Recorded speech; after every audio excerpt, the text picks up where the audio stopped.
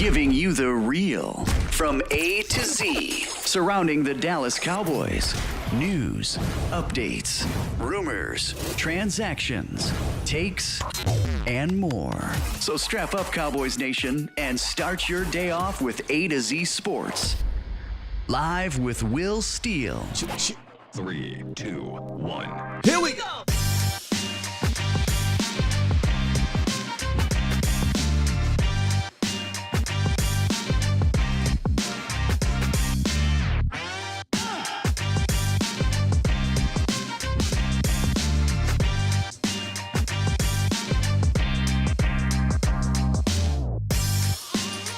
Good morning, good people. Welcome to AZ Sports Live. I am your host, Will Skywalker Steele. Yes, sir. Follow me on Twitter at Skywalker Steele. We got my guy, Akoye Media, chilling in the green room. He's going to join us later as we break down the Atlanta Falcons from top to bottom. We're going to do offense and defense. And then in the roundup, we'll talk about some of the transactions that happened. Well, a transaction that happened yesterday. And some injury updates.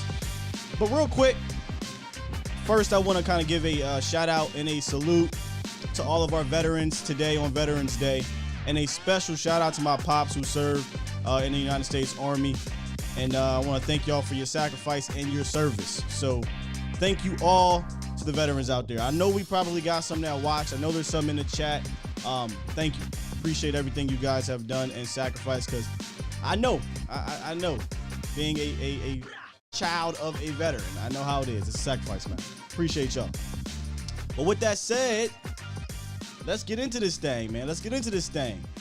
This is A to Z Sports Live, presented by Texas Family Fitness. And we are streaming on Facebook, YouTube, and Twitter. So do me a favor before we get into everything here. Share this, like this, subscribe if you enjoy the content on this channel. All right, do that for me. Let's kind of get into the chat real quick. Some shout outs. James, what's going on, James? North of the Star. What's up, North of the Star? Ryan, Below the Heavens, Rudy, Sheila, TC915, Tim, Flo, Paco, Dennis, Byron on Facebook. We got Facebook. Facebook really growing, and I appreciate that. Mark Smith, Mike Harris, Oscar Sullivan, Trey Manning, my guy, James, Tamara.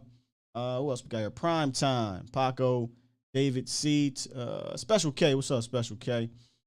Dorian, Nisi, Bo Jelks, Just Blaze, James Runnell, Adam Robbins, and Adrian Padilla. And then, of course, how fitting, right? Captain America is usually in the chat here on Veterans Day. What's up, everybody? How are y'all doing? Let's do this thing here. And here's what we're going to do. And how we do when we get Akoye up in here. Akoye can hear this. Y'all can't hear him, but I don't know if you watch the .com podcast and stuff like that, but you're like our Bucky Brooks, bring you in here to break down the teams. Yeah. Bucky usually come on the .com and break down the offense and defense. So you the community Bucky Brooks, but we more raw and real with it. Yeah, we more raw with it, bro. Yeah, for sure. All right, let's get into this morning roundup, and then let's jump right into Atlanta. Let's do it. Look at them, it's about that time. It's time! It's time! It's time! It's time! It's time! It is time for... It's time for the morning roundup. Round 'em up, boys. Yes, indeed. The morning roundup presented by Texas Family Fitness. A solution for your fitness goals, whether it be weight loss, strengthening up, toning up, sports, or stress relief. Our friends over at TFF have everything you need, from state-of-the-art equipment, group classes, experienced, professional, certified trainers. So if you're looking to begin your fitness journey, do me a favor and head on over to any of the 9 locations in the DFW area or visit TexasFamilyFitness.com. Liram Harulahu. Cowboys signed their kicker again. This is the 3rd time he's been with Dallas. The first time was in training camp, late in the preseason. Then he got signed to the practice squad after week 1 when Greg Zuerlein didn't look like he was it. 2 missed field goals, a missed extra point. Well, looking good. And now they bring him back after Greg Zuerlein hits the COVID list. I guess the team is still holding out some hope that Greg can play, but let's be real. We know how these We know how these COVID things work. He's probably not going to play. So it's going to come down to Hiru, get this right, Lirim Harulahu. That's going to be a mouthful to say on Sunday, Brian. We're just like, our kicker made it. Our kicker made it. Lehigh. I like that one. Lehigh. So, yeah, we'll see what he can do. Maybe for only one game. But, hey, look. One thing about this year, players is making do, there's some competition that happens. Let's say, Harulahu goes out there and goes 5 for 5, a couple 40-yarders, bangs a 50-yarder, makes all his extra points or something. We don't really want to go 5 for 5. That's too many field goals. What do you do then, huh? Do you keep him? Do you kick him off the bench like y'all want to do everybody else? What do we do? But, yeah, he'll be there for Sunday. Jaron Kearse was interviewed yesterday. I thought it was fitting after a game like that, get one of the leaders on the horn.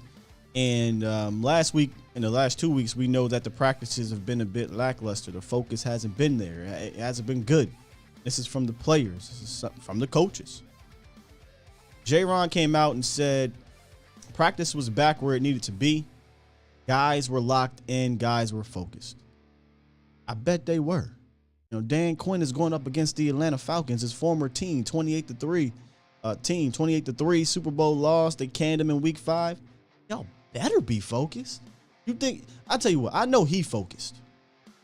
I said this on Monday. I'm really not concerned about the Broncos game. That happens.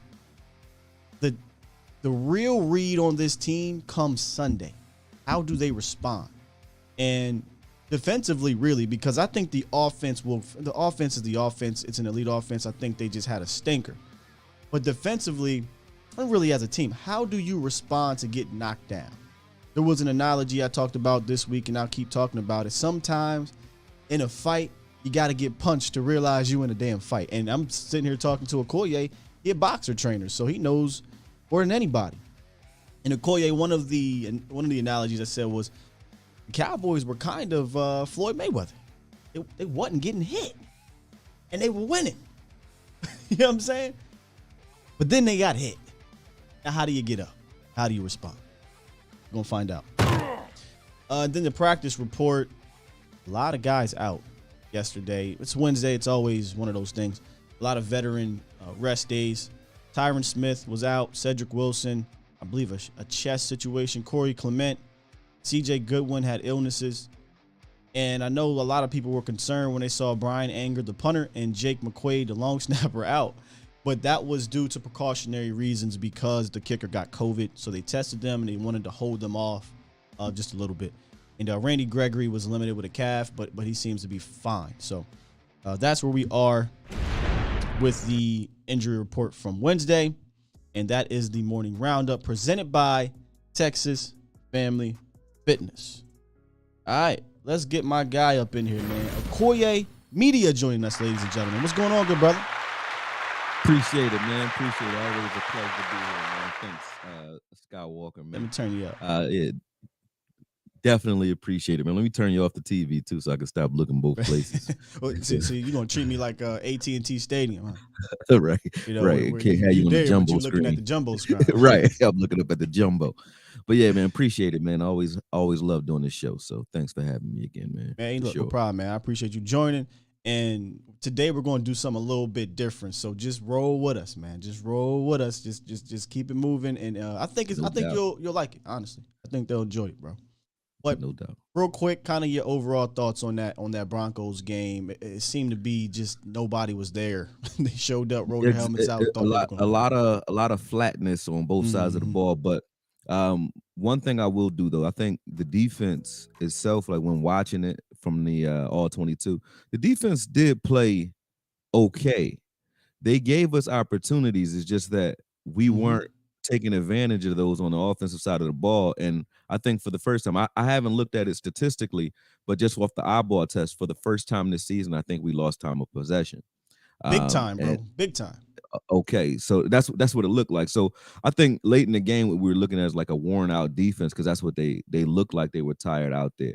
But that shows that the offense plays a major part into the way this defense is able to play, and vice versa. Because the defense is giving us opportunities, especially early in the game. You got freak stuff happening, like the block punt that travels beyond the line of scrimmage and someone touches it, so it becomes a muff. You know what I mean? Yeah, so things like that happening where they were getting them off the field and doing what they were supposed to do. Even after that first drive that sputtered, they got them right out of there. So it's just like, I felt like the defense doesn't get as much credit for this L as a lackluster performance offensively. I think we just didn't have, and it's not just, now I know people watch the video I put out on the line, but it's not just the O-line, because at the end of the day, even with all the troubles we had there, opportunity, there were a lot of drop passes, yeah, and a couple of missed passes on Dak's part too. So, you know, I didn't credit Dak as much because of the amount of drops that I saw. I said, okay, I'm not going to beat Dak up for this one because I saw Coop drop a pass. Saw TP drop one. I saw Lamb drop a few. I saw Cedric Wilson drop some. So what I mean? So when I looked at it that way, I said, what would have happened in those drives had those drops not happened? They were crucial drops. You know what I mean? And not for 2 yards, you know what I mean? So I took some of the pressure off of Dak as a result of that. And I just said, well, that just looks like nobody's tuned in offensively. Nobody was. If everybody's including Kellen ball, Moore, bro.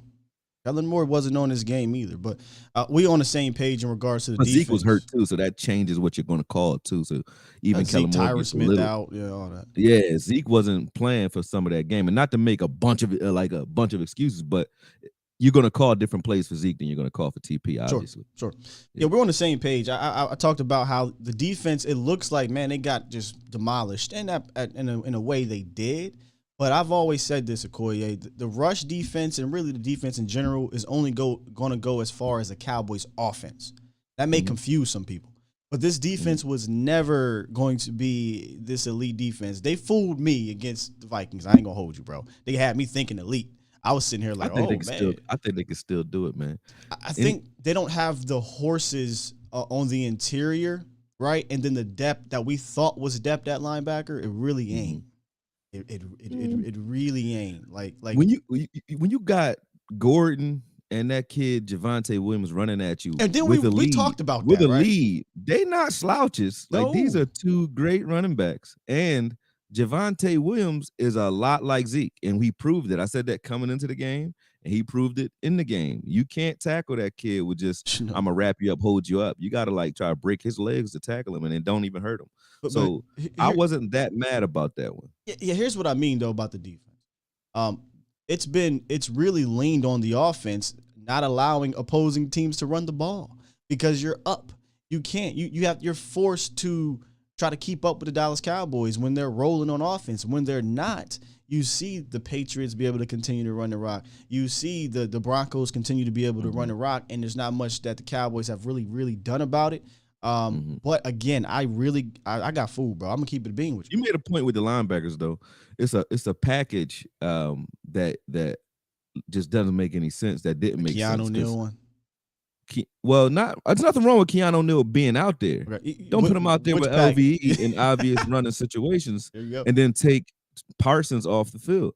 Why would Parsons be off the field? You know what I mean? That was my issue with it. I know this isn't a recap. I don't want to dig too far into that, but no, but when Parsons is out there, you can Parsons with whoever you want. Parsons and whoever, fine. They become the automatic will linebacker, and Parsons is going to be the battering ram every time, and that's fine.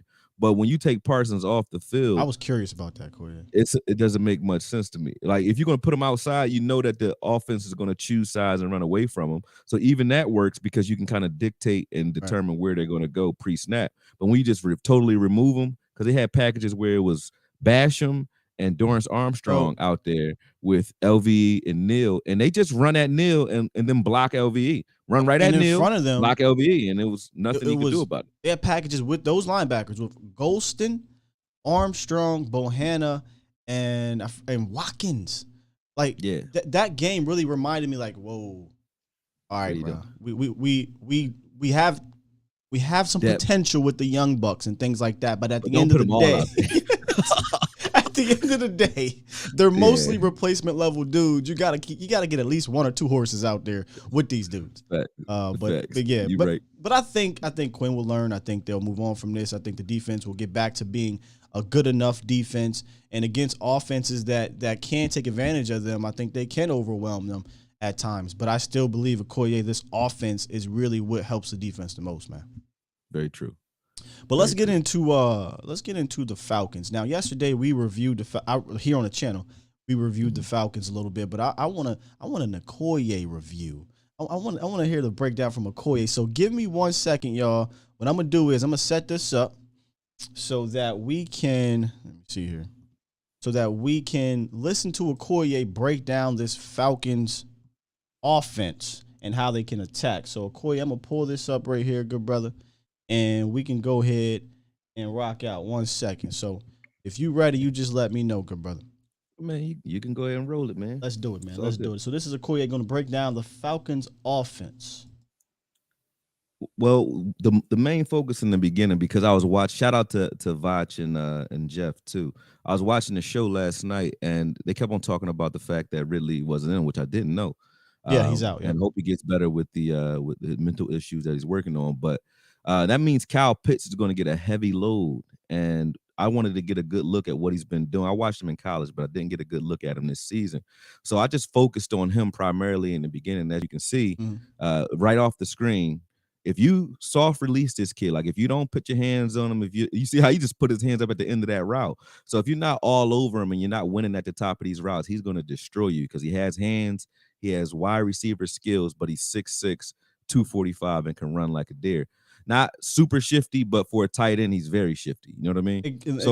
And if I can, real quick, that's why I think I like Diggs on him, because he's not super shifty, but he has that size that Diggs can deal with a little bit. But go ahead. Yeah, Diggs will be able to stay in his chest, and you'll see later on in the film. We'll get into it, but Stefan Gilmore shows you the blueprint, because I showed what he did when he went off against Miami. And I wanted to see why. And what you'll see in a lot of these clips is they don't even bother hitting him at the line of scrimmage. And if they do, they don't really stay with him. On this particular route, I thought they covered him pretty well, but this was an interception to Xavier Howard. But they very rarely pressed him in that game, and he had like 160 yards as a result of it. So I wanted to look at what he did well, and that's what we did here. And then you'll look at the Panthers game, which is coming up, and you'll get to see how they were able to hold him to only 2 receptions and 13 yards. And that was by punching him in the mouth. Xavier tried it here, but he just doesn't have the length. This will be what will happen if you have Anthony Brown on him, even with KZ. This reminded me of Anthony Brown and KZ versus the Eagles, actually. They had a play just like this. But this reminds me of what would happen if you have a shorter, less physical corner on Pitts. He's going to destroy you. So I know for a fact that Diggs is going to be following him around for the majority of the game. But this is a blueprint for how you're able to slow him down, if at all. And that's by being right on the line of scrimmage, treating him like an X receiver. Yeah, I'm gonna pause it here for your Akoye. And just you can just go. I can go. Okay, because what I wanted to interject with was that Kyle Pitts is definitely going to play a lot of receiver. His numbers, he lines up more outside as a slot receiver or as a out wide than he does in line. So you're absolutely right with that. He's going to be. And then they do have a good tight end too, and Hunter, what's his name? Hayden Hurst. Yeah. Hayden Hurst. Yeah. So he's a good tight end too. I think Curse will wind up drawing that assignment, and Diggs will be primarily on Pitts. That's the good news. The good news is I think Diggs can definitely do some of these things you see Stefan Gilmore able to do. And if you're physical with him, Matt Ryan is a hot read type of quarterback. He doesn't, believe it or not, he doesn't really move guys around pre-snap. He's a post-snap quarterback. Like after he snaps the ball, he's able to find matchups that he likes. He might, look at that mismatch pre-snap, but watch out for that play right there, Akoye. Those rubs, yeah. Yes. Yeah, I saw that. I gave credit to the kid Chin. I like their safety. Even when we played him, he was pretty fast. The Panthers, I like him. But it's definitely a game that I feel we can dominate in the middle of the field due to the fact that you have Matt Hennessy. Shout out to that Philly product. He went to Temple.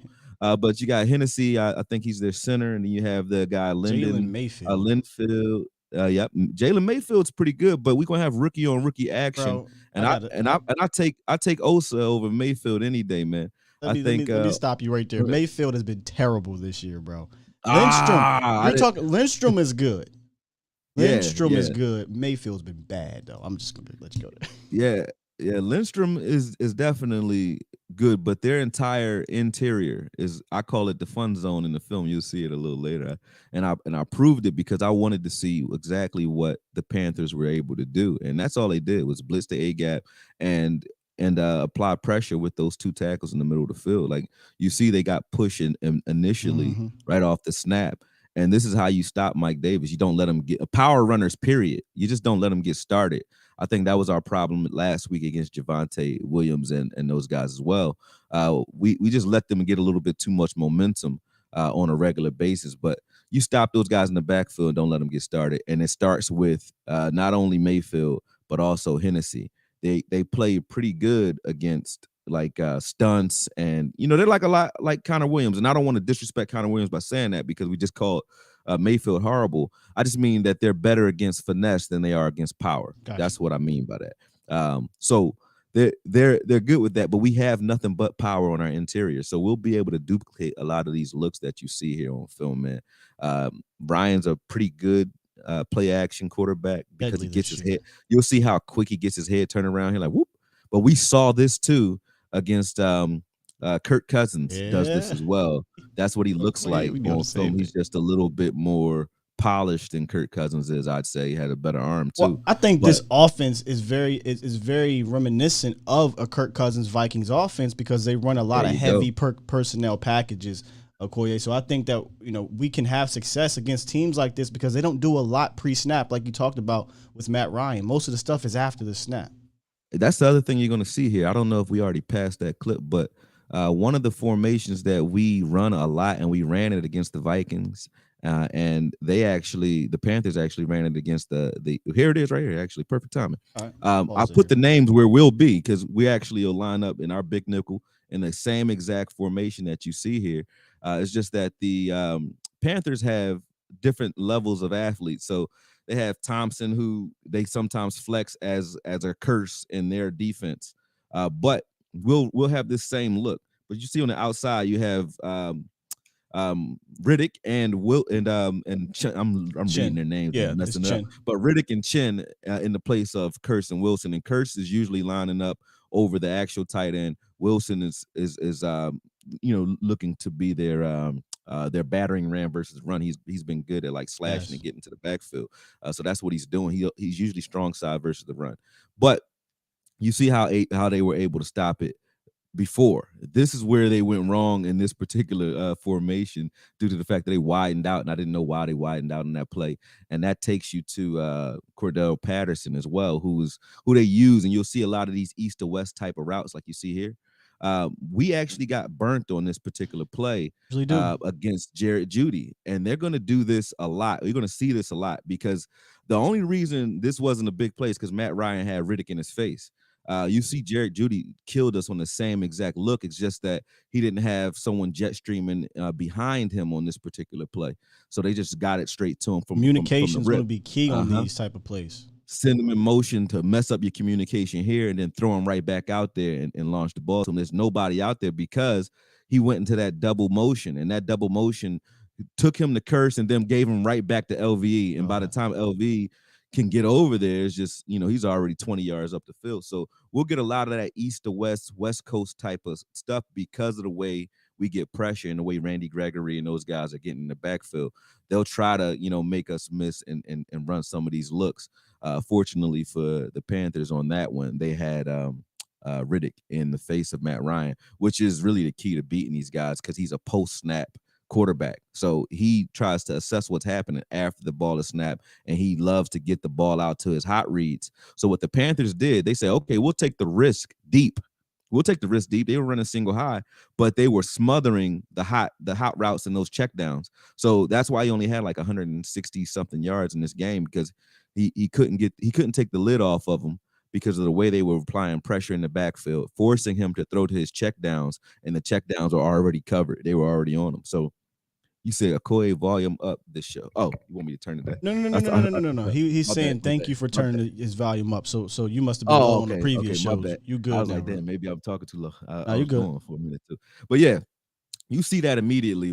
It's verified, man. Verified proof. In the A gap, I think we're going to eat. This is going to be a big game for Osa, for Watson, for Hamilton, who's been coming on against the run. I like what he's been doing, although he did get run over last week by Javonte Williams. But I think Hamilton has been playing well for the most part on film. What I've been seeing has been great. But you see how these stunts across the A gap into the B gap as well. Team. They work all day, and Randy Gregory loves these. So they're going to tee up Hennessy and take him for a ride to the quarterback on a regular basis in this game. But you can see the blueprint, man. Force him to throw to those check downs because the fact that he reads after he snaps the ball. That's where he's going when he's under pressure. He's going straight to his check down. So if we play that big nickel and have our safeties, those strong safeties spilling over on those check downs, regardless of what way they release, I think we'll have success this game. And I think Diggs is pissed off because of the way that last game went. So I predict a better game out of him week with him drawing Pitts in coverage. I really think this is going to be a good game for us. Yeah. And if Matt Ryan's launching the ball at Pitts and forcing the ball to Pitts, you're going to see a lot of this right here, man. Diggs, I feel like Diggs is about due for another one or two this week, man. He do. For sure. I think what you got with this Atlanta offense, and let me pull that back out so we can get back up into this thing here, y'all. 1 second.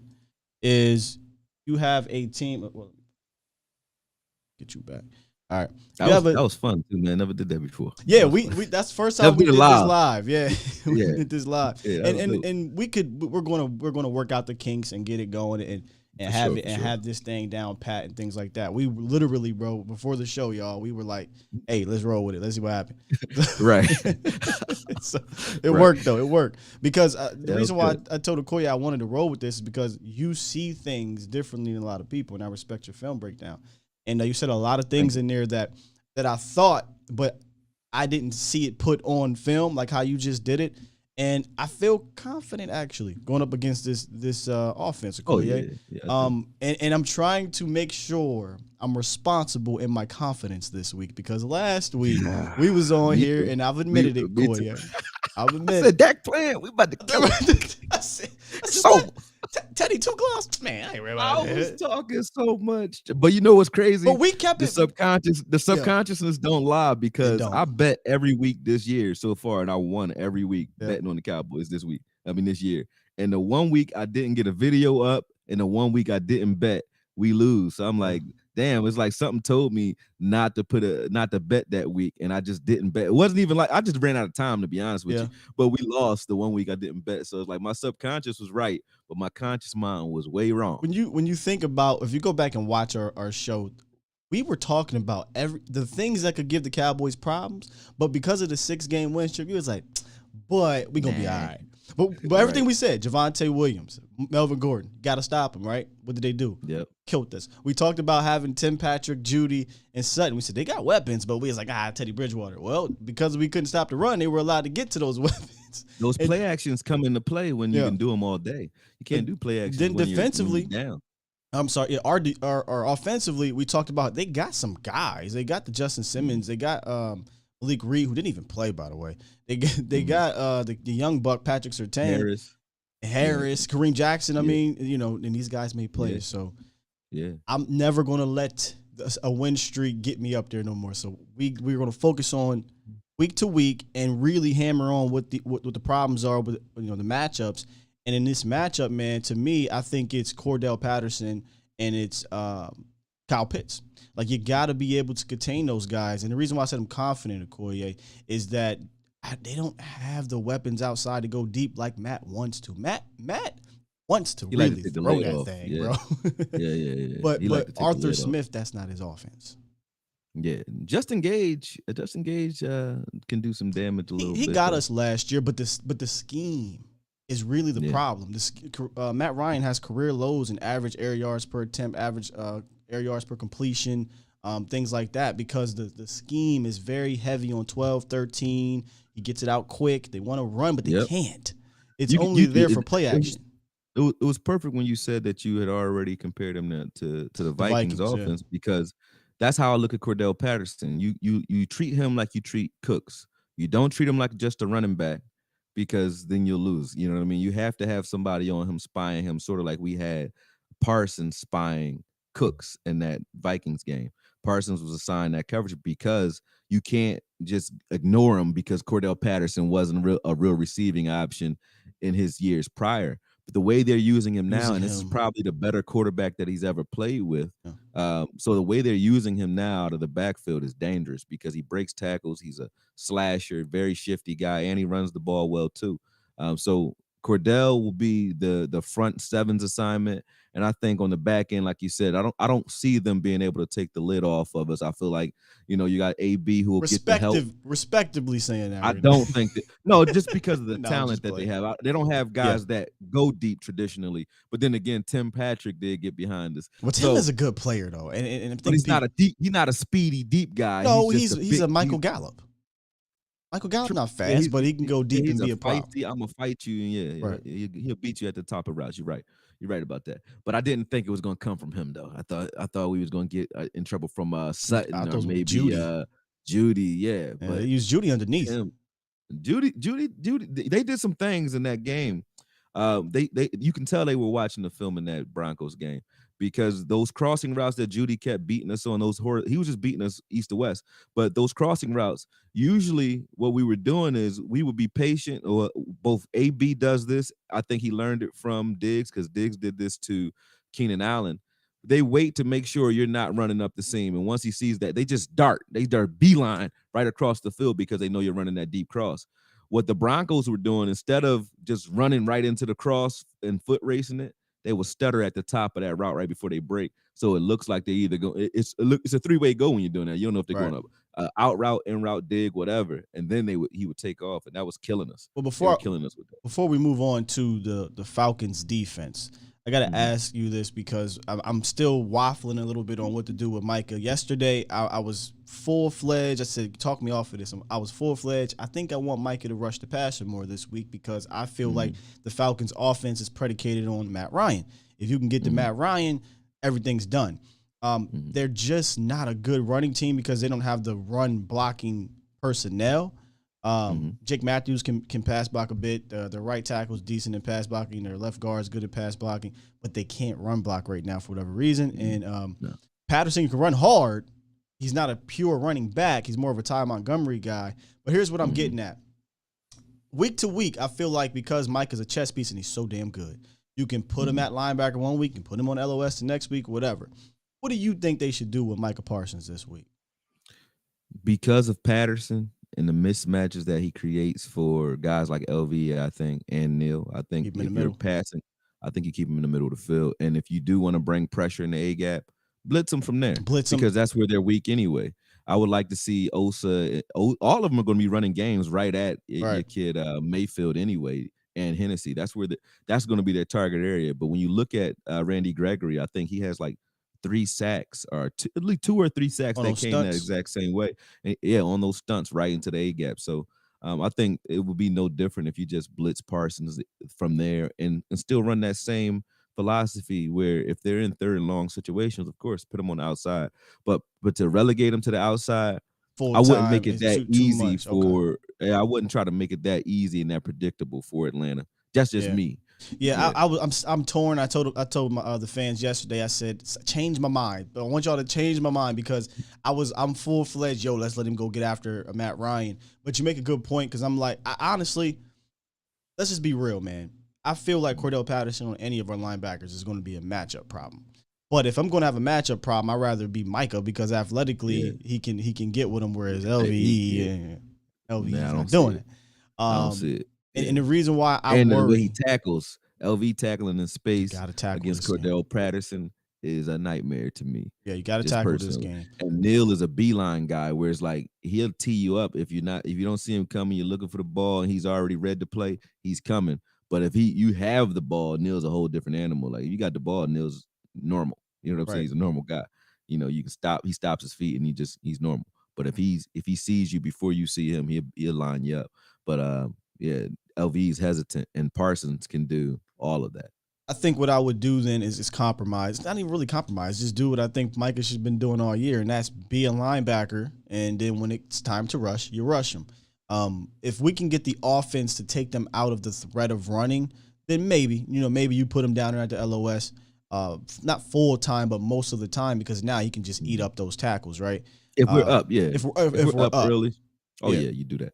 So I think they should play around with it, because I just don't believe, and again, I'm saying this respectively because we got burned last week, but I don't believe in their run game, Akoye. They average less than 3.5 yards per carry. They're 31st in yards per carry, 30th in yards.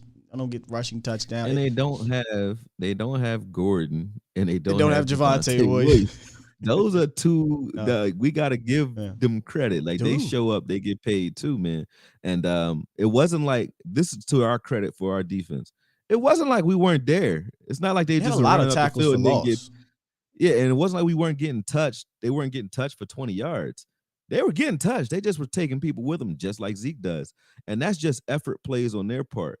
And you have to give them their credit for that. So I think our defense will be fine. I really do. And I say that confidently, even though I know we did get snake bitten last week. I think you still got to come out here and just say, like, these guys, I still have confidence that this defense can develop into something that is middle of the pack to top 10 formidable defenses with the way this offense plays. But that definitely goes into it. We're not the 2000 Baltimore Ravens. No. It could be 6-6 the entire game, and you're not getting nowhere. It's not that.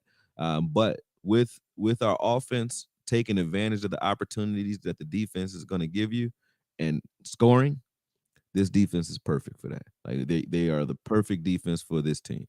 And final thoughts on the Falcons offense. I talked all this about their running game. I truly believe their running game is just there to set up the play action. And you talked about it briefly in your breakdown of their offense.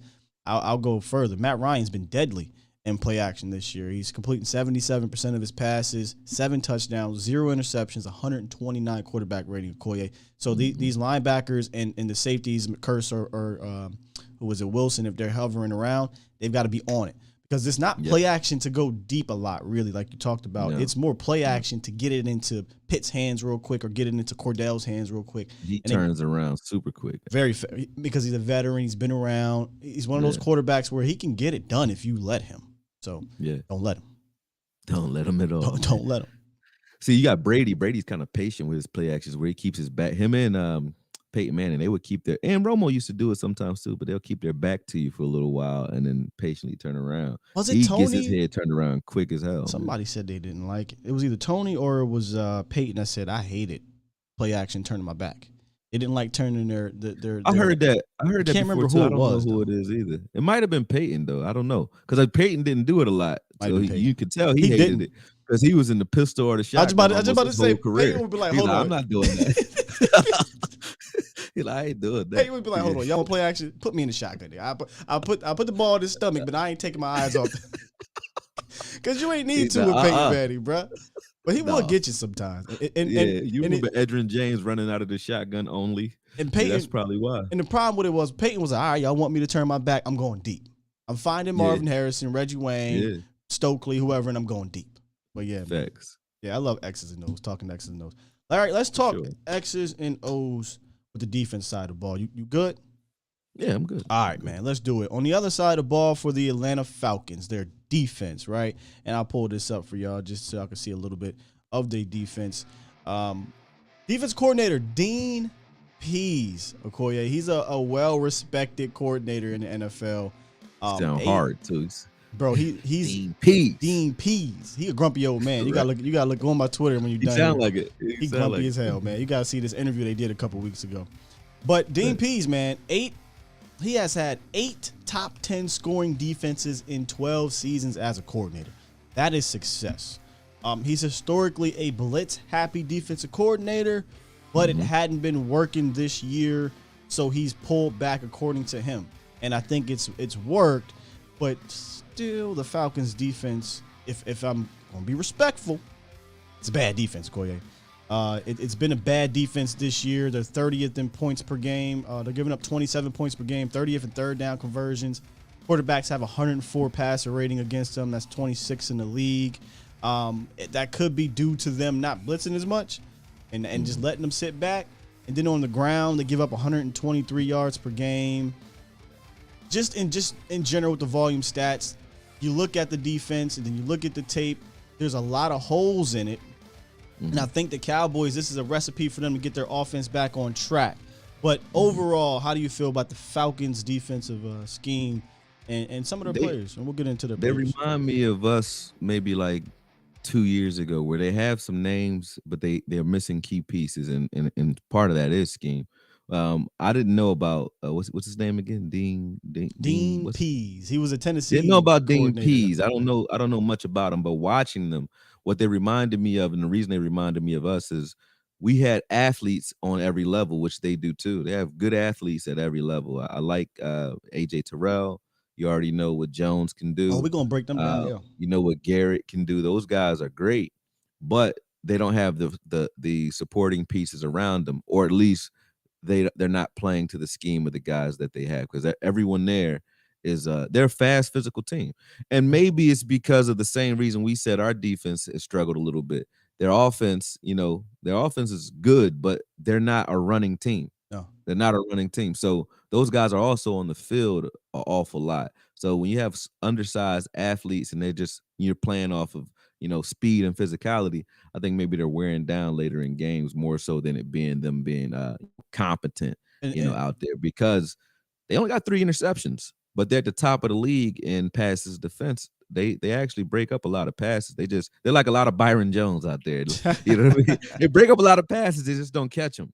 And they force a lot of fumbles too. So they're very fast and physical. They're physical. That shows up. Yeah. And we know that from playing them last year. Zeke fumbled, 2 times in that game. And then you had Schultz, who fumbled in that game. Olokum was killing us. But Foye Olokum and Deion Jones, we should be familiar with. Dean Pease inherited those guys, and those were really Dan Quinn guys. And this is why I just don't think that LVE and Jalen fit, is because look at the guys he goes and gets. He gets very fast, very athletic, light in the butt kind of linebackers. And Deion and the Foye are that. I have the notes speed. It's just pure, unadulterated speed. He's fast too. Yeah. Well, he's still sub 230. He just carry it. Yeah, he's sub 230. Yeah, he don't look it, man. He just carry it different. 250. Yeah. You know who he like? He's like, in a way, a shorter version of Devondre Campbell. You look at Devondre Campbell, you would think, is this man 260? Because he's 6'4", and he looks hulking, and he got the dreads. He's 6'4", 229, 230. So he's not a big dude. And I'm talking about Devondre Campbell. But Foye and Deion, they're around the ball. He leads the team in tackles. Talking about Foye, second on the team in quarterback hits. Blitz him a lot. Akoye and Deion Jones gets in the backfield, 7 tackles for loss.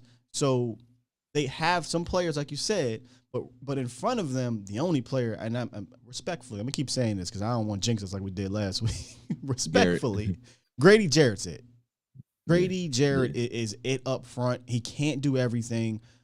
We know about Grady Jarrett from last year. He gave us problems. Gave Connor some problems. He's a quick. Connor gonna have to bring his hard hat. Gonna have to bring his hard hat, man. Gonna have to bring Tyler Biadasz too. They'll line him up right over Tyler Biadasz sometimes just to get some quick pressure up the middle. But this is a light in the butt front, Akoye, and I know I said that last week, but I think scheme kind of overpowered, the numbers overpowered the Cowboys offense. This one here, they don't play beyond the line of scrimmage, so we should be able to get some damn push this week, Akoye. Yeah, help these guys out anyway. Help the offensive line out by running the ball. Allow them to get their legs under them. I don't know what the formation is going to look like as far as our starting 5 right now, as far as the line. But I know that we got some maulers out there. All 7 of them are maulers. So run the ball.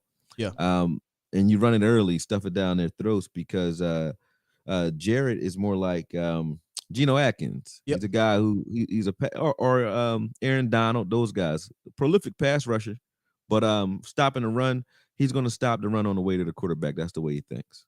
Yeah, that's how I would attack this game this week, is to let's run it down our throat, man. They're light in the butt, and if it's one thing, and we can kind of talk about the offensive line. If it's one thing, the offensive line, I've seen some of them do, Lyell, because the tackles were the bad guys on Sunday. Lyell and Terrence were bad, but in the run game, those guys can run block. Like Lyell was moving bodies in the run game. Oh no, he had no problem, and that's to his credit. I didn't give him his credit when I did that video yesterday. The credit that he does have is he didn't look bad in his run blocking at all. Like he was still a mauler when it came to his run blocking ability. So he's still, he has that. He's not rusty there. No, not at all. And we know Steele can do it as well. And I don't think this scheme. I think, man, I gotta tip my hat to Fangio, bro. Fangio just literally brought an excellent game plan. He did. And people keep saying blueprint. Not everybody can. If it was that easy, everybody would do it, man. You can say blueprint, but you can't. He have the architect? Make Dak miss throws, and he didn't make Cooper drive the ball. He didn't make Wilson drop passes. You know what I mean? Those were plays that were there to be made. We just didn't make them. It's not like they stopped us. We just weren't ourselves. And I'm not trying to take anything away from the Broncos. They played an inspired game. It's one of those games. But you can see on film, you can see all the opportunities there. It's not like when you watch a certain game and it's like there's nowhere to go with the ball, and they just flat out stopped us. That didn't happen. And that was with the struggles at tackle. And let's talk about the actual lineup. You said, I'm not sure what it's going to be. From the tea leaves I'm reading, Akoye, it sounds like it's going to remain the same. It sounds like it's going to be Steele at left tackle and Lyle at right tackle. And I think coming out of that game, most fans are like, that ain't work. You know what I mean? That didn't work. But I'm still going to remain in this part here where I feel like even in game 2, even after a bad game, that this is still an opportunity for Terrence Steele and La'el Collins for different reasons. Terrence Steele to maybe gain some confidence over there that he can be a swing if Tyron goes down. And then for La'el, because the main issue with La'el right now, that boy not in shape. At all. And when I'm scared for Dak with La'el. And that's your main thing. Yeah, you said protect the bag. Tell him what the bag is. I don't care who is our tackle. I don't care if it was go get Doug Free if you want. I don't care who it is, as long as they are playing well and they're protecting Dak, because Dak's already beat up, and I feel like we can win it all this year. And getting him injured, trying to get another guy up to speed doesn't make sense to me. But I do hate it if we leave it exactly the same. Okay. But here's the thing. You mentioned it, and it makes sense to me. If you were to switch them, because then you have Terrence Steele, who was already playing serviceable over there at the right tackle. He's been a good right tackle. If you put if you know you're going to have one guy struggling, let it just be at left tackle. Let it be the left tackle struggling. So put Lyle over there, let him struggle. Or in Secchi, let the left tackle struggle, because we already know Tyron is Tyron, and he's not here. So this could be the opposite opportunity. It could be an opportunity for La'el to show that, can I get something together on the left side? And that might help him further. I would love it if they switch, because that would stabilize us. We at least know where the trouble's coming from. With both of those guys out of position, I think I'd make the move. I would make the move, because I think Terrence Steele, if he's comfortable on the right side, and we saw that he could be good on the right side, and he's next to Zach Martin, let's rock out. And we heard La'el say, left side, I'm naturally left-handed. That's my dominant hand. He says he can do it. I mean, then why not try it? I don't think he's a natural left tackle, though. Over there, you can help La'el if he's struggling like he did last game. They helped Steele, believe it or not. So they can do it. You can help the left tackle. There you go. Yeah. Help him over there and let Steele, do what he's been doing for those games, period, at right tackle. I just think that would be the best if you're going to force La'el out there for those reps. Don't have it so that the entire integrity of our offensive line is torn apart, because it wasn't just the tackles. The tackles were the beginning of it, but as a result of that, our interior was getting pushed into Dak's lap from trying to help, or from just the confusion from everyone not really being on cue. Wasn't Zach's best day. I never saw our line. Our line was just collapsing multiple times. I haven't seen that. And what you've seen in Dak's been able to get through progressions. This is why I didn't crucify him for some of his missed passes, because he's been able to get through progressions almost all year. He would go 1, 2. You can see him doing it. He wasn't doing it. He couldn't get into a comfortable rhythm, because he knows that the line is coming towards him. Everybody, unless he got out on the wing, he wasn't really throwing like that. And here's the other credit. You mentioned it briefly, but they did an excellent job with their man switch too. It didn't allow Dak to get to those easy reads, kind of those rhythm throws, because they were switching on their man. So usually when you get those picks, right, or you get the tight end coming up underneath, who may it be? It used to be Blake Jarwin and Schultz would run that. Blake would come underneath and Schultz would come over top of it, and one of their routes would be above. And so it was easy to confuse the safety and the linebacker and get a quick dump off. They were switching all that stuff from the from the wide receiver standpoint. It was just a good game plan. I give them credit, but if your game plan coming in every week, and I said this on Twitter, is let's just pray that Dak has the worst game of his career. Let's just pray that this offensive line is going to collapse. Then, hey, bro, good luck. No, I think they're all pissed off and embarrassed, and that was the key word that came out of it in the press conferences, where they were all embarrassed. And I think we got embarrassed at the right time. And I say things, I'm firing up not only myself, but the team as well. I want Liel to watch the videos that I put out. Yeah, I heard you say. Why? Because I want him pissed off. Be pissed off. Get back in shape. Let's go. And when he starts playing well, I have no problem taking these crows that you see back here and eating one of them. I don't care about that. As long as we're winning, I'll eat all the crow you want me to eat. No problem. So, but I don't think Liel, is finished. I don't think like he's like, done. No. Let's get him out of here. That's never going to be my argument. But I just say, okay, if it takes him 3 games to get in shape, do I want to risk Dak for 3 games while I wait for him to get back in shape and risk losing as well when we're already on a run that is, well, I guess you could say it's historic because we haven't done this in a while, but we're on a good run, and I don't want to lose that momentum or get guys hurt when we're heading towards a good offseason, it looks like anyway. That's the intriguing part. That's my point. It's not I hate Liel Collins. If this was preseason, I wouldn't have made a video. I don't care. But this ain't preseason. You know what I mean? And I don't want honestly in live games with my quarterback out there. He looked more out of shape in week 9. After we talked about this a little bit off air than he did week 1 because he had all off season to be in shape, and I thought he came in a little bit better shape, but not as good shape. But week 9, I went back and looked at week 1. Yeah, he looked great in the first 3 quarters. 4th quarter got tired. But not like this one, look bro. Like this. Yeah, this one, boy. He looked good against Tampa. He didn't look like himself at all. So it's not the hip, it's not the injury, it's none of that because he looked out good of shape in week 1. Yeah, he's definitely out of shape. And I said it either yesterday or sometime this week. I said Liel Collins now has to prove, well, it was last week actually. I said this is an opportunity for Liel Collins to prove to the fan base, to the front office, to the organization that you can count on me. Well, you're here now, right? Right. But can you get yourself in game shape? Can you get yourself ready to play into that 4th quarter? Because we can't have you collapsing like that, bro. We just can't. I feel like if he had what? Go ahead. I was going to say, let's prove it. You said we're going to prove it this week, so let's prove it. It's kind of strange. I will gladly eat crow on him and apologize as soon as he does it. It's not even about that, though, right? Like No, for me, he's like, hey, play well. I don't care what your name is. Right. You could go find a guy at the grocery store if he could do it. I like him. That's what I said yesterday. I said, bro, I don't care how it gets done. Just get it done. Like Liel and Terrence both look different. It gets done differently. At the end of the day, I don't care how it gets done. And if said player is not getting it done, then we got to put the player in there that is getting it done. And believe it or not, this is the first time he'll have back-to-back games all year. And we're in week 10. No, in 2 years. I'm sorry, and since 2019. Yeah, since December going into January. So, this is just strange with Liel, but now's your time, bro. You got to figure it out. And as long as Tyron's out, you got a shot. But if you put together, let's say Tyron's out 3 games. You put together 3 games where you keep fading in that 4th quarter and you're becoming a liability, you got to go, bro. It's going to be a problem. It's one game is one game. 4 games is a different story. Well, it's one game. People keep saying it's one game, but there's only 2 games this season that Liel's played. Started. Yeah. And we lost both of them. Oh, wait, don't do that. Don't time out. That's all I'm saying.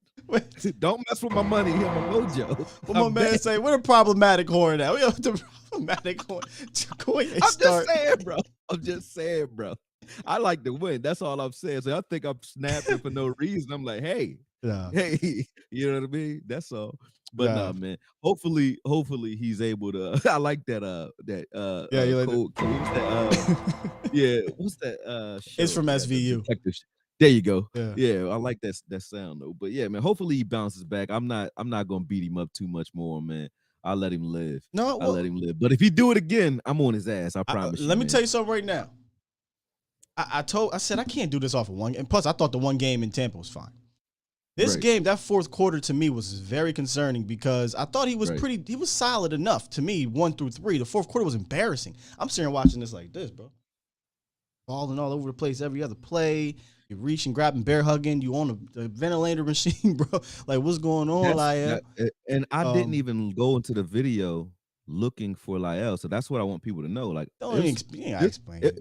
I like to just give context because I wasn't looking for Lyle. I was looking at the entire offense, and I just kept finding Lyle in the wrong place, which was on the ground. So I thought that because he didn't give up sacks, I would have just said broadcast wise he didn't play bad. I thought it was just still, you know what I mean?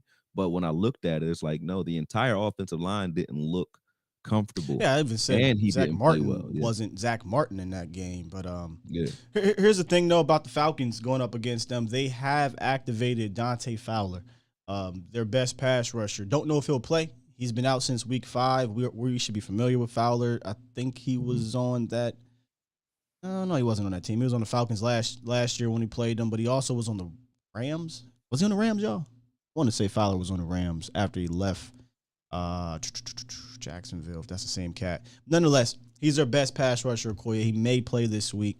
Speed guy, hustle guy, could give either of those guys some trouble. But even if Fowler plays, I don't think they have the horses or the scheme unless they just outright send 6-7 guys all the time to overwhelm this offensive line. I mean, Dak is great versus the blitz. Yeah. Historically. So I think we would love that if they tried it. I really do. Let's just call it what it is, and that's this. If you look at the first half, I know this isn't a recap video, but the first half we had plenty of opportunities around the 50-yard line that we just didn't get into their territory. Were we able to do that? We probably don't even notice some of these things that we're talking about because we would have been playing Denver up, and Denver, that would have eliminated their running backs. Yeah. It would have forced them in obvious passing situations, and you saw what we were doing to their offensive line.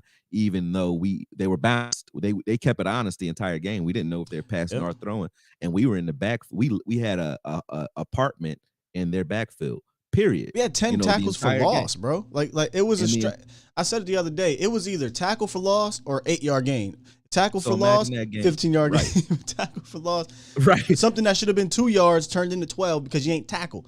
So it was a real strange game. And again, I'm not harping on it. Imagine what that looks like if we're up. Like that's even worse. That's even more tackles for loss if we're up. So I'm not too down on these guys, put it that way. I think we can definitely we can score. This offense can score, and if we're able to put the ball in the end zone, I think they're going to be hyped to do it too because that was the first time we ever were washed like that. So I think we're going to get points. They're going to be pissed, man. I told people, I said the Falcons are about to walk into a monsoon in regards to this Cowboys offense. But with that said, on the defensive backfield for the Atlanta Falcons, they got this young star, the bright star. Excuse me, guys. AJ Tyrell. I mean, year 2, he is putting it together, Akoye. Listen to some of these categories that he ranks in. It's very impressive. He's 5th in pass breakups, 5th in passer rating allowed, 3rd in forced incompletions, 2nd in reception percentage, 2nd overall in PFF coverage grade, 1st in yards allowed, 1st in yards per reception. And he's done this against the likes of Scary Terry in Washington, Mike Evans, Corey Davis, Antonio Brown. So manning up, Tyrell's been pretty damn good, Akoye, against some of these top guys. But do they got three AJ Tyrells? I got a name for you though, Xavier Howard, right? He's one of those guys that's super good, right? Yeah. In coverage, gets in and out of his breaks, great, right? What did Coop do to him? He routed him the hell up. Oh, he routed Xavier Howard. It depends on who AJ's covering. If he's covering the guy, if he's covering, Gallup, I think Gallup tries to beat his head in, and Gallup gets over the top a couple times. But he might have some favorable matchups there because Gallup's not our route runner. He's our physical guy. He's our true X receiver. If you're looking at CeeDee Lamb, which I don't think he'll be on CD that much because CD will be back to the slot. CD's the guy that sits down in zones, right? But if my guess is correct and he's against a healthy Coop, I think Coop will trash any. I take Coop against any corner, so it's not just an AJ Tyrell bashing session. I think Coop can, route up any corner in the league. Period. That's just I don't care who they got on the other side. I go in there every week like we got the advantage. Point blank. Adrian period. Moreau, he gonna get killed too. And that's where I was going next. Fabian Moreau is Fabian. Mouse in the house. Yep. I got They this do that at the line. Yeah. That's the release. Yep. Like, what release you about to use? Well, you see what Boy did. CeeDee Lamb did it. He broke somebody in the Denver game. He just said as he was running, but Dak overthrew him. That 4-for-4. But Fabian, boy, he reminds me of Breland. Remember we talked about Breland in the Vikings game? We said, Mouse in the house. That's him. He's given up 5 touchdowns this year, 0 interceptions. He allows 63% completions. Now he's been getting his hands on the ball a little bit more the last couple of weeks, but historically, Fabian Moreau has never been a good cover corner. Just hasn't. Right. But there's not a lot of good corners in the league. They're kind of like offensive linemen. So if you can at least play the position, you're going to have somewhere to play. So even if Dallas wanted to respect A.J. Tyrell on the other side, if they felt nice to respect A.J. Tyrell, they have no problem going against Fabian Moreau or any of the other corners. They don't have a Justin Simmons, Kareem Jackson safety tandem. They have the advantage by far. One thing about Dak will test you. He'll test your grit if you're a top corner. Like if you're a corner that plays well. I haven't seen him shy away from guys. So like Davis in that first game against Tampa Bay, he went right at him early. Davis just proved himself by, knocking a couple of those passes down. Then Dak started picking on Dean. So once he finds what you say, Mouse in the house? Mouse in the house. Once he finds one, he shed a light on him, and then it's go time. It's stat boosting time after that. Them boys is coming into the huddle telling them too. Right. Oh, for sure. For sure. You can hear it. Like Coop had a great press conference after the Vikings game. Shit in that huddle. I like Coop, man. He I call him Babyface. He's a Babyface assassin, man. Yeah, Babyface assassin. I like. Call me. Oh. I already know. You my OG. I call you. You know what I got you saved in my phone as? I know you ain't got Skywalker OG. Oh, you tripped, Skywalker OG. Oh wow, man. But listen, I want to get back to the Falcons stuff, the Falcons defense. So how do we attack them, right? We talked about attacking them on the ground. I have a theory, Koye, hear me out, y'all. Gallup is back now, right? Like Gallup's going to play this week. And the Cowboys have been kind of uncharacteristic without Michael Gallup. And what I mean by that is historically under Kellen Moore, we run 11 personnel almost more than anybody in the league or at the top of the league since we've had Kellen Moore. For those that may not know, we're talking a lot of nuanced words here. 11 personnel is 3 wide receivers, 1 tight end, 1 running back. It works. You know why it works? Because you got these boys out there, Lamb, Coop, Gallup. Schultz is a problem now at tight end, which means you got to pick your poison.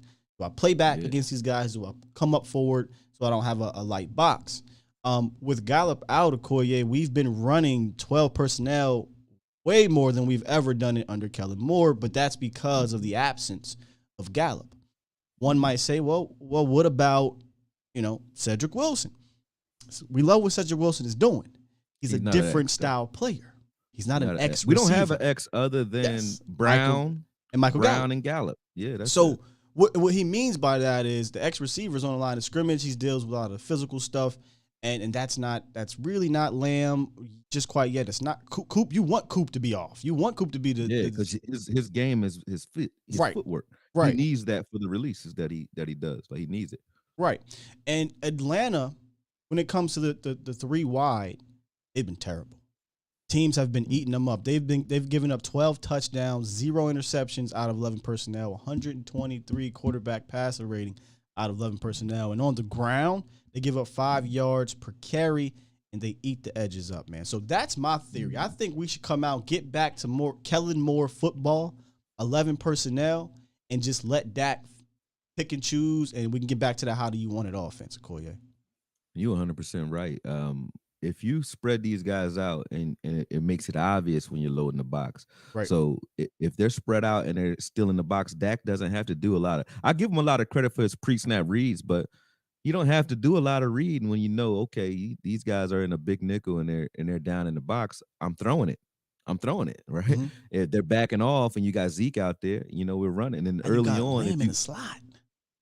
And then with the way Schultz blocks, like when they did this in the Chargers game when they were using Schultz on those cutbacks, right? When you bring Schultz, even though you're in 11 personnel, you would think, okay, they're not going to run that well. But Coop is a great blocker. Lamb is getting there. Gallup is a great blocker as well. And Schultz is a grown ass man. He's like a skinny tackle as a blocker. He can block. So I think we'll have a bounce back on the ground, but I don't think we'll see a lot of those big formations that we've been doing, like the 12 personnel, 13 personnel. We won't be doing that much because we don't need to, and it limits Dak's options. It forces him into, even in the Patriots games, you saw that we had to do a lot of bootlegs to try to get Dak free and give him looks because we were coming out in those big formations. He doesn't have to do that. He doesn't have to do that this game. So hopefully the return of Gallup means that we get back to our spread, running gun, high flying, one of the greatest show on turf type offenses. I think we can do that. Yeah, and I don't think they should ease him back. If Gallup is good, and yes, just like Brian said, because I was going to bring that up too. Another reason why they probably won't is because Sean McKeon and Jeremy Sprinkle are your tight end twos. Sean McKeon got in the game last week. I like McKeon, man. I do too, but I think they trust Jarwin and Schultz and those 12 personnel sets a lot more than they do naturally than McKeon and Sprinkle. But yeah, I'm definitely coming out in 11. I've been a huge fan of 11 since Kellen Moore's been here. This offense is just deadly in that. And like North said, moving Lamb back in the slot, I think is huge. I'm not saying he's only a slot guy. He's obviously had production out wide. But this is why Michael Gallup is a perfect fit for this trio. Because the Cowboys don't have a guy of his talent that plays that role on the team. And I like Noah, but he ain't Michael Gallup. While looking in the future, Akoye, we may not be able to afford him, but looking at the actual present, you got him now. So you bring him back, put him back in his role, and you don't have to give up on Cedric Wilson. He can still get 15 snaps. Wilson's been the guy he's going to do what he's been doing, which is he gets in, to spell guys or in certain packages we'll use him. He makes big plays and he goes and sits down. And that's where Wilson honestly should be. I think Wilson is good, but Wilson is a guy that's good because he's not ever really sort of like the kid, number 17, who got in the score last week. I don't even know his name. Malik Turner. There you go. He's not a guy that you're going to focus on in the offense. So the defense is not going to tilt to him. So Wilson will make plays, especially in the slot always. But when you look at skill sets, Wilson's not the route runner, nowhere near the route runner that Lamb and Cooper are, and he's not the physical guy. He's a Swiss Army knife, good at everything, not great at anything other than maybe his hands and the way he throws on the run. I like that. But Wilson, I think I don't want him to have too much of a role at this point because he's still sloppy with the football at this point. And I said that in the Vikings game, and he muffed a punt last week as well. Like he's a little he makes some miscues. I like him, but I think he needs to settle into his game a little bit more. Next year, he might take another progression forward because remember, he's been hurt a lot too. So he hasn't had these reps that he needs to be where he should be. He's developed as a receiver to the point where I feel trust him. I'll bring him back. Right. I'll bring him back if we can, if the money's right. But what Gallup brings that we aren't talking about either is when you get down to that red zone. We saw that said had a little issues down there against the Patriots where I think that Michael Gallup went. Michael Gallup is a strong physical wide receiver at the catch point.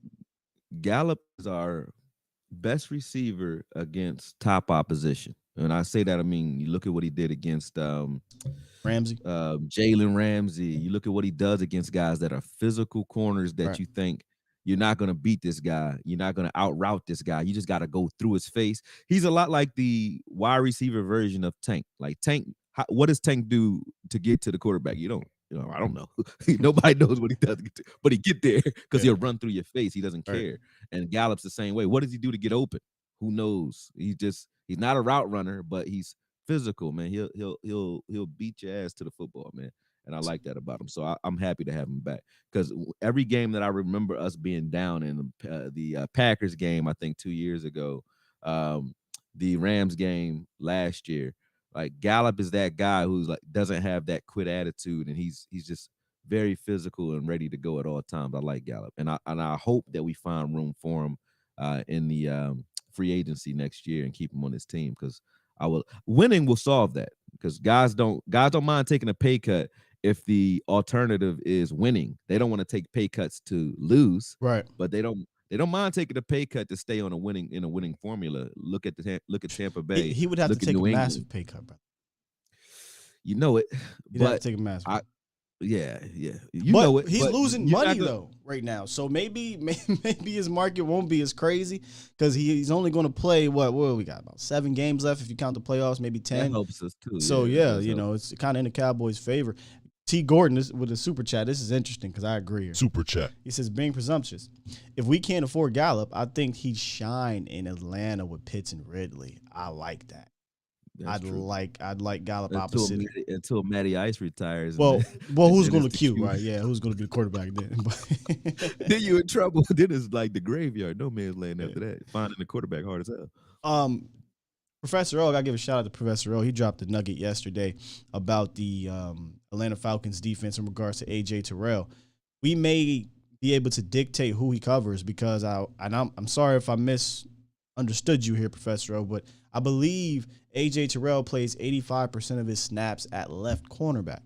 So if he's not going to travel, you can say, all right, well, if I want Coop to get off, I'm just going to put him on this side. If he's going to stay here, I'll put Cedric Wilson on him, knowing he's just a decoy to get AJ Tyrell away, their best cover corner, away from Coop. So that's an interesting nugget to kind of monitor. Yeah, I saw somebody say that earlier too. They were talking about it, and I'm like, that doesn't make a lot of sense. Like if he's not going to travel with you, doesn't really matter much what those stats are because you're just gonna stay away from him if you need to.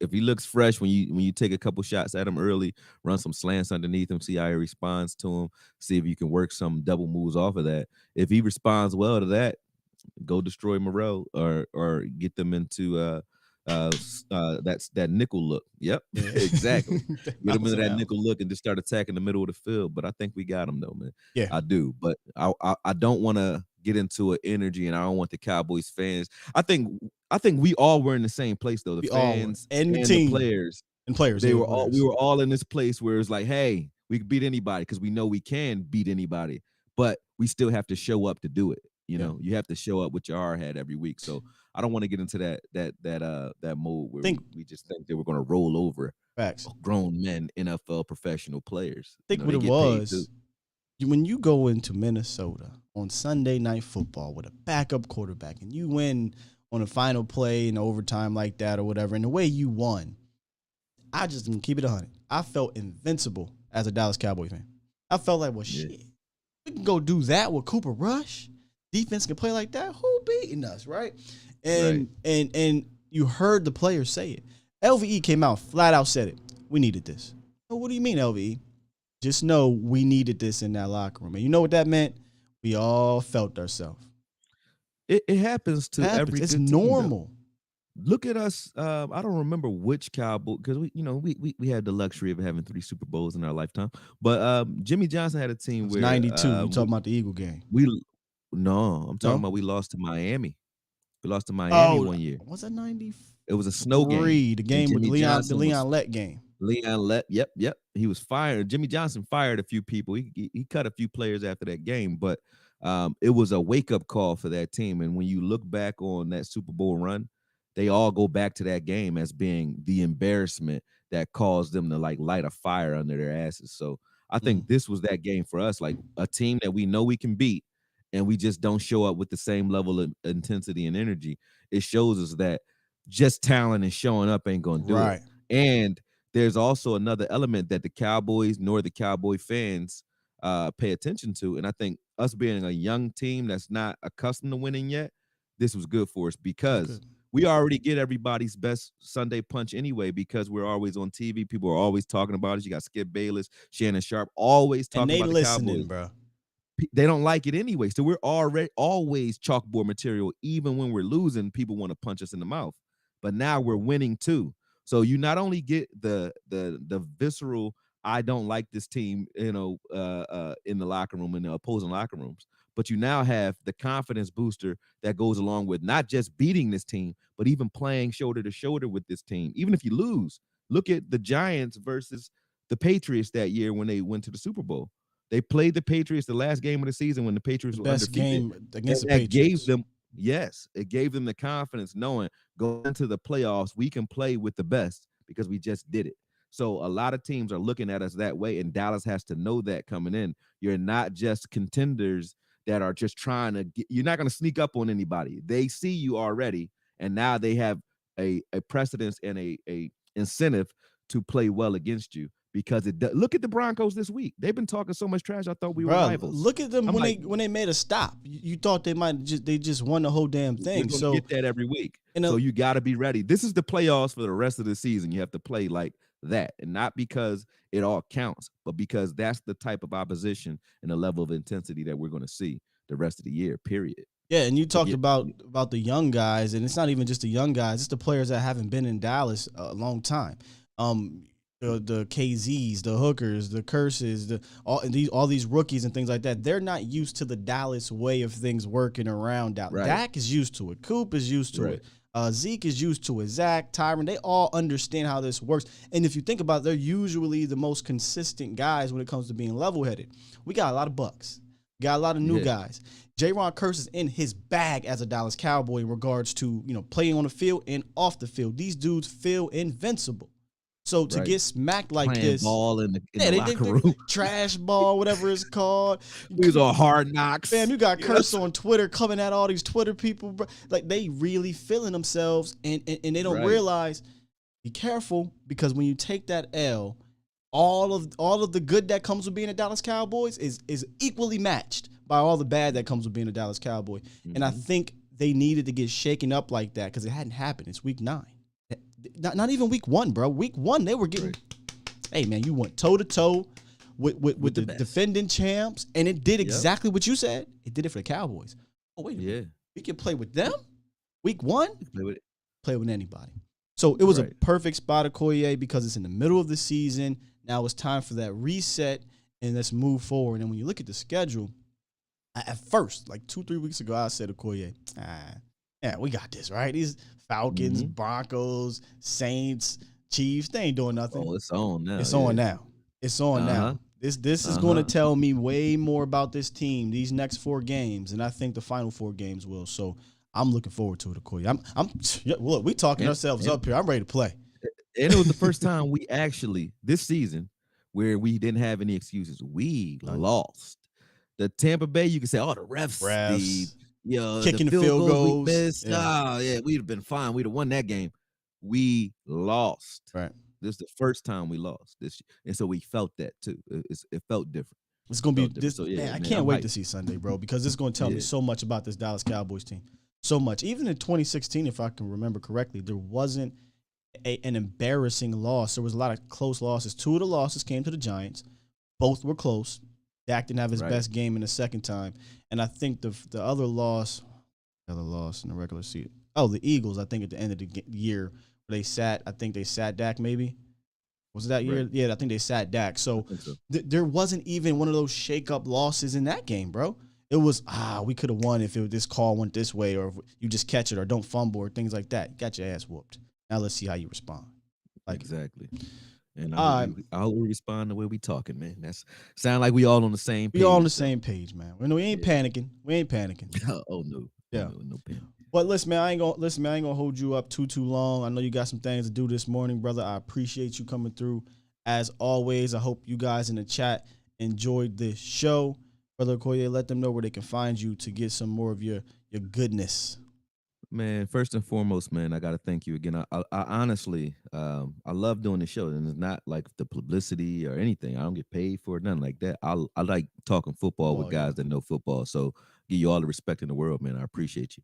You can find me at Akoye Media on YouTube. Still getting my I'm locked out of my Akoye clips on IG.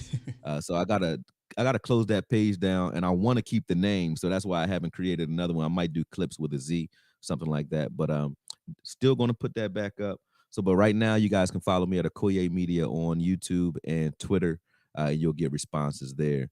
The TikTok and IG are being tweaked, so appreciate it, and you guys will get more updates next week, man. But thank you. And we got thanks Stevie Mac 23 too. He put the link in the chat. Yeah, appreciate that. My guy. I can't figure out this dang TikTok, bro. I can't. My son know TikTok more than I know TikTok. I just can't figure it out. I don't want to. I'm trying. I feel old when I look at TikTok. I'm like, well, what do you do here? Right. Fam, it's ridiculous. I ain't even that damn old, and I look at TikTok and I'm like, well, you're supposed to do it like this. I don't know, man. I asked my son how to do all this stuff. It used to be Musically, and I understood that a little bit better. But for sure. Somebody asked about the round table. So Vach said, this is what we're going to do. Vach says, as Vach say, right? We're going to do the round table post KC. So after the KC That's game. the perfect time. Perfect time, right? If we that's win. the perfect time. Hopefully we win. If we lose, it's gonna be man, get your popcorn ready for that round table. Yeah, because we all gonna have our reasons. It's gonna get ugly in a good way, like ugly. Like we gonna ream into the team if they come out there and play like trash. But yeah, so post Kansas City game, which is in 2 weeks, not this week, but the following week, they play on Sunday. I don't think is it a primetime game. I don't know if it's a primetime game. I think they have flex until then. Like we don't know until we won't know, right? And it's in Kansas City too, so. Be a road game. It might be the Arrowhead ain't no joke. No, it's not. No, it's not. But from what I'm hearing from my guys, home games ain't no joke either. If you look at the way Denver represented in the Cowboys Stadium last week, that was rough. That was rough, bro. I was literally next door from the stadium at Texas Live, and me and Jesse kept saying, "Orange is a lot of orange in here." It was it was a lot of orange, bro. And I'm like, maybe it's just Texas. Colorado got that money. They got that schmugger, so they was all right. They travel well. So travel well. I was surprised how well they traveled. Somebody told me apparently there's a lot of Bronco fans, surprisingly, in the Texas area. And then you got season ticket holders that probably looked at that game on the schedule and said, "I don't give a damn about no Teddy Bridgewater. We don't know nobody on the Broncos." We were all thinking the wrong way. I was like, where did they get these tickets? Fam, I saw a picture. I said, am I mistaken here? But this looks like there's more Bronco fans in that stadium. It really was, man. It was crazy. So, yeah, man, we don't need that kind of drama. Nah, man, nah. But all right, y'all, listen, I appreciate you guys joining me. I'm going to press this button. Make sure y'all come back tomorrow. A to Z Sports Live with your boy Skywalker Still. 8 a.m. Central-ish. Going to put a final thoughts on the Falcons-Cowboys game, and hopefully the Cowboys can snatch victory like T.I. did to New on Atlanta and get that dub, man. Get that dub. Appreciate you, Koye. Just don't eat the W. Nah, we don't want that weird stuff, man. Just to snatch it. My God. Yeah. Got you, Brody. Appreciate it.